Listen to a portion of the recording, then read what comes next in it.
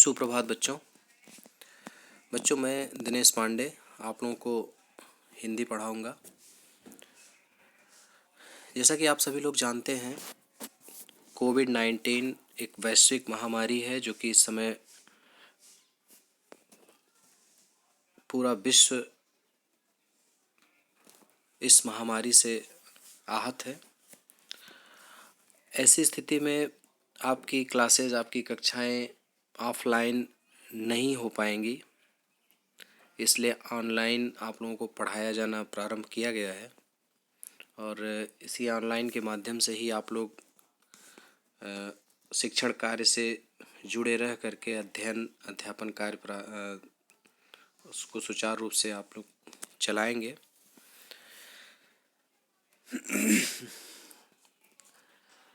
तो मेरी सलाह यह है कि आप सभी लोग घर पे रहें, स्वस्थ रहें, सुरक्षित रहें और घर से ही ऑनलाइन आप लोग अध्यापन कार्य भी करें।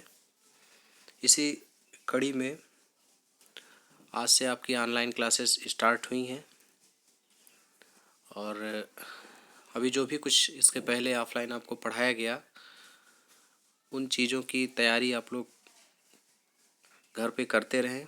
बाकी जो चीज़ें इधर आगे पढ़ाई जा रही हैं उनको भी आप अच्छे ढंग से तैयार करें और उसको लर्न भी करें, लिखने का भी अभ्यास करते रहें ताकि वो चीज़ें आपके फ्लो में बनी रहें।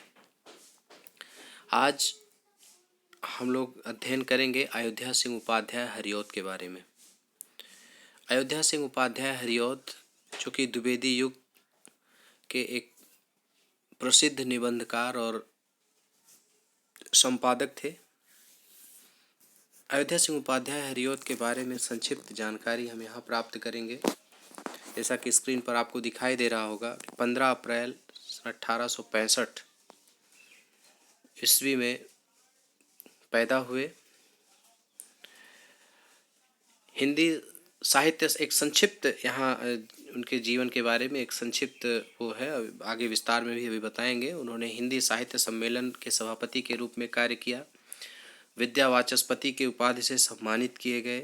प्रिय प्रवास जो उनकी खड़ी बोली थी, हिंदी का पहला महाकाव्य उनके द्वारा लिखा गया, जिस पर उनको मंगला प्रसाद पारितोषिक पुरस्कार भी प्राप्त हुआ। ये कुछ हेडलाइंस थी इनके बारे में। आइए अब इनके जीवन के बारे में थोड़ा सा जानते हैं। चलिए, अयोध्या सिंह उपाध्याय हरिऔध जो कि मूलतः उत्तर प्रदेश के निवासी थे। उत्तर प्रदेश आजमगढ़ जिले के निजामाबाद कस्बे में इनका जन्म हुआ था। इनके पिता पंडित भोलानाथ उपाध्याय, है ना, पिता का नाम क्या, पंडित भोलानाथ उपाध्याय था। माता का नाम रुक्मिणी देवी। तो इनके माता इनकी रुक्मिणी देवी, पिता भोला सिंह उपाध्याय। और इस तरह से इनकी जो प्रारंभिक शिक्षा थी, प्रारंभिक शिक्षा इनकी निजामाबाद, इनके कस्बे में, इनके गांव में हुई। उसके बाद फिर जो है आजमगढ़ में भी इन्होंने पढ़ाई की। 5 वर्ष की अवस्था में ही इनके जो चाचा जी थे, चाचा जी ने इन्हें फारसी पढ़ाना प्रारंभ कर दिया था। फारसी में इनकी रुचि भी थी। निजामाबाद से मिडिल पास किया। मिडिल पास करने के पश्चात ये काशी चले आए। काशी के क्वींस कॉलेज में इन्होंने अंग्रेजी की पढ़ाई की, है ना। अंग्रेजी की पढ़ाई करने के लिए काशी के क्वींस कॉलेज में आए, चूँकि उस समय जो है काशी का क्वींस कॉलेज अंग्रेजी के लिए बहुत विख्यात था। लेकिन अस्वस्थता के कारण इन्हें कॉलेज छोड़ देना पड़ा। इनकी पढ़ाई बाधित हो गई और ये घर पर रहने लगे। घर पर रह करके ही इन्होंने संस्कृत हुआ, उर्दू हुआ, फारसी, अंग्रेजी, ऐसे भाषाओं का इन्होंने गहन अध्ययन किया, है ना। तो अब चूँकि अस्वस्थता के कारण इनको विद्यालय छोड़ देना पड़ा, तो अब घर पे ही रह करके स्वाध्याय करना इनकी मजबूरी हो गई और घर पे रह करके इन्होंने अच्छे से अध्ययन भी किया, है ना। उसके बाद ज्ञान प्राप्त करने के पश्चात निजामाबाद के एक मिडिल स्कूल में ये अध्यापक हो गए, है ना। अध्यापक के पद पर कार्य किया। फिर उसके बाद कानूनगो बने, है ना, कानूनगो बने। फिर उसके बाद जो है काशी विश्वविद्यालय में ये शिक्षक के पद पर भी इन्होंने कार्य किया। अवैतनिक रूप से कार्य किया, लेकिन कार्य किया। काशी विश्वविद्यालय में शिक्षक के पद पर भी इन्होंने कार्य किया, है ना। और 1884 ईस्वी में इनका विवाह भी हो गया निर्मला, है ना, निर्मला कुमारी के साथ इनका विवाह भी हो गया, इनकी पत्नी निर्मला।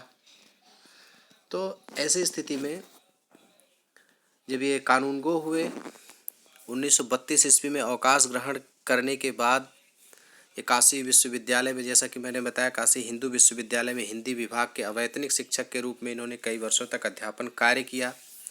1941 ईस्वी में ये उसी पद पर कार्यरत रहे। उसके बाद फिर वहाँ से वे निजामाबाद चले आते हैं।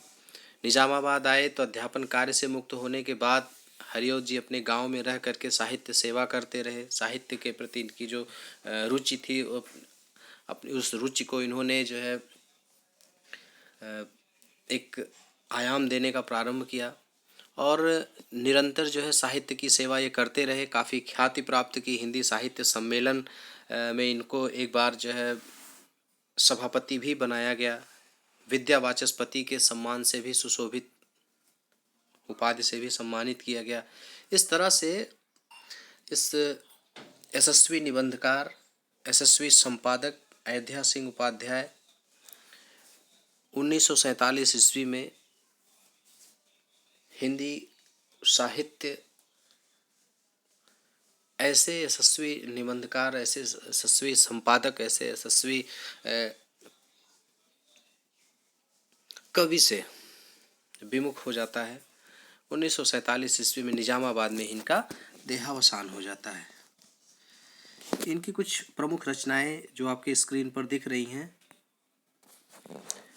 प्रिय प्रवास जो कि इनकी सबसे प्रसिद्ध और महत्वपूर्ण रचना थी। हिंदी का हिंदी खड़ी बोली का प्रथम महाकाव्य भी इसे माना जाता है। अयोध्या सिंह उपाध्याय हरिओत को इस पर मंगला प्रसाद पारितोषिक पुरस्कार भी प्राप्त हो चुका है। इनके कुछ निबंध भी थे। ठेठ हिंदी का ठाठ, अधखिला फूल, हिंदी भाषा और साहित्य का विकास, ये इनकी कुछ प्रमुख रचनाएं थीं। नीचे भी इनकी कुछ प्रमुख रचनाएं दी हुई हैं, आप ध्यान से देखें। प्रिय प्रवास जो कि 1914 में इसमें इन्होंने लिखा। कवि सम्राट वैदेही वनवास जो कि 1940 ईस्वी में इनके द्वारा रचित हुई। पारिजात 1937 ईस्वी में। रस कलश 1940 ईस्वी में। चुभते चौपदे 1932 ईस्वी में। चोखे चौपदे जो चुटकुले होते थे 1924 ईस्वी में इन्होंने लिखा। ठेठ हिंदी का ठाठ जो कि इनका उपन्यास है। अधखिला फूल उपन्यास है। रुक्मणी परिणय इनका नाटक है। और हिंदी भाषा और साहित्य का विकास, ये इनकी कुछ महत्वपूर्ण रचनाएं थीं। इसके अलावा उनकी और भी कुछ रचनाएं हैं जो एक तरह से बाल साहित्य के रूप में जानी जाती हैं। आइए देखते हैं।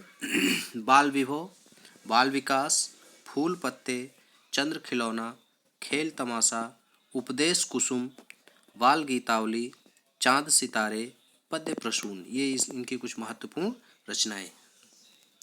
आइए देखते हैं कुछ काव्यगत विशेषताएं इनकी। काव्यगत विशेषताओं की अगर हम बात करें तो इनका जो है वर्णन विषय क्या था। वर्णन विषय इन्होंने राधा कृष्ण, राम सीता से संबंधित उनके जीवन पर आधारित जो भी उनकी समस्याएं थी, उन समस्याओं को इन्होंने ज़्यादातर उकेरने का प्रयास किया है। और वही नहीं बल्कि एक नवीन विचारधारा के साथ इन्होंने प्रस्तुत किया है।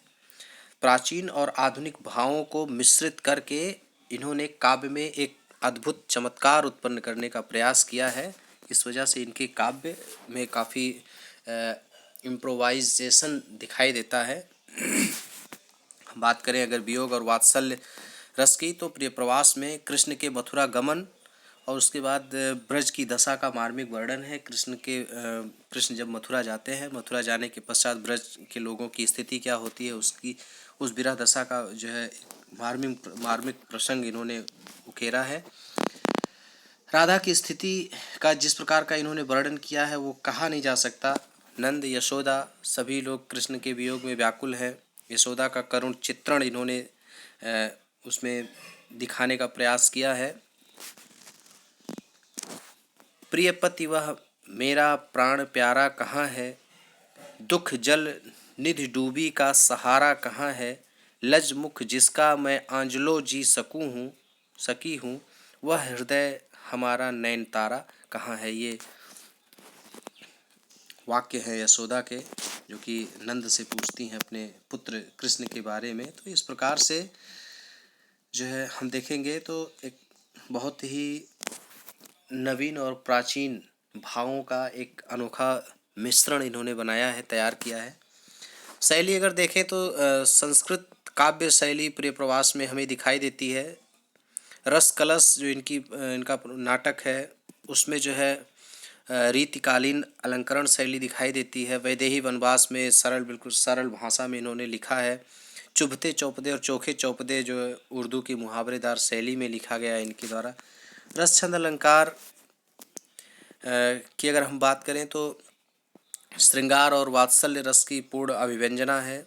हरिऔध जी छंद योजना में पर्याप्त विविधताएं इनको मिलती हैं। आरंभ में इन्होंने कवित्त, सवैया, छप्पय, दोहा और उर्दू के छंदों का प्रयोग किया। बाद में इन्होंने इंद्र बज्रा भी लिखा, शिखरणी लिखा, मालिनी, वसंत, तिलका, शार्दूल, विकृत, मंदाकांता, इन छंदों का भी इन्होंने अच्छे से प्रयोग किया है, अपनाया है। अलंकार की अगर हम बात करें तो अलंकार प्रिय कवि ये रहे हैं। अलंकार को इन्होंने बोझ नहीं माना और सहज रूप से कविता में जो भी इन्होंने अलंकार जिन्होंने दिया वो बिल्कुल सहज स्वाभाविक रूप से है। शब्दालंकार और अर्थालंकार दोनों के प्रयोग में सिद्धहस्त थे, इसमें कोई शक नहीं, कोई दो राय नहीं है। अनुप्रास अलंकार की बात करें, उपमा अलंकार की बात करें, यमक की बात करें, उत्प्रेक्षा की बात करें, रूपक की बात करें, तो ये कुछ महत्वपूर्ण अलंकार थे जो इनके बहुत प्रिय अलंकार थे। इस प्रकार से थोड़े से शब्दों में अगर हम कहें तो अयोध्या सिंह उपाध्याय हरिऔध, जिन्होंने गद्य और काव्य दोनों की अच्छे से सेवा की, साहित्य के एक सूर्य के समान थे। हिंदी द्विवेदी युग के एक प्रमुख कवि के रूप में इन्होंने खड़ी बोली में काव्य रचना करके यह सिद्ध कर दिया कि खड़ी बोली में भी ब्रजभाषा के समान मधुरता और सरसता है ना। जिस तरह से ब्रजभाषा में जो मधुरता, जो सरसता है, वो खड़ी बोली में भी वो सरसता, वो मधुरता आ सकती है, ऐसा इन्होंने सिद्ध कर दिया। प्रिय प्रवास जो कि इनकी काव्यगत विशेषताओं में हिंदी महानाटकों, महाकाव्यों में अगर देखा जाए तो एक माइलस्टोन के रूप में जाना जाता है। मील का पत्थर जिसे कहते हैं, महाकाव्य इनकी जो रचना है वो हिंदी महाकाव्य का मील का पत्थर है।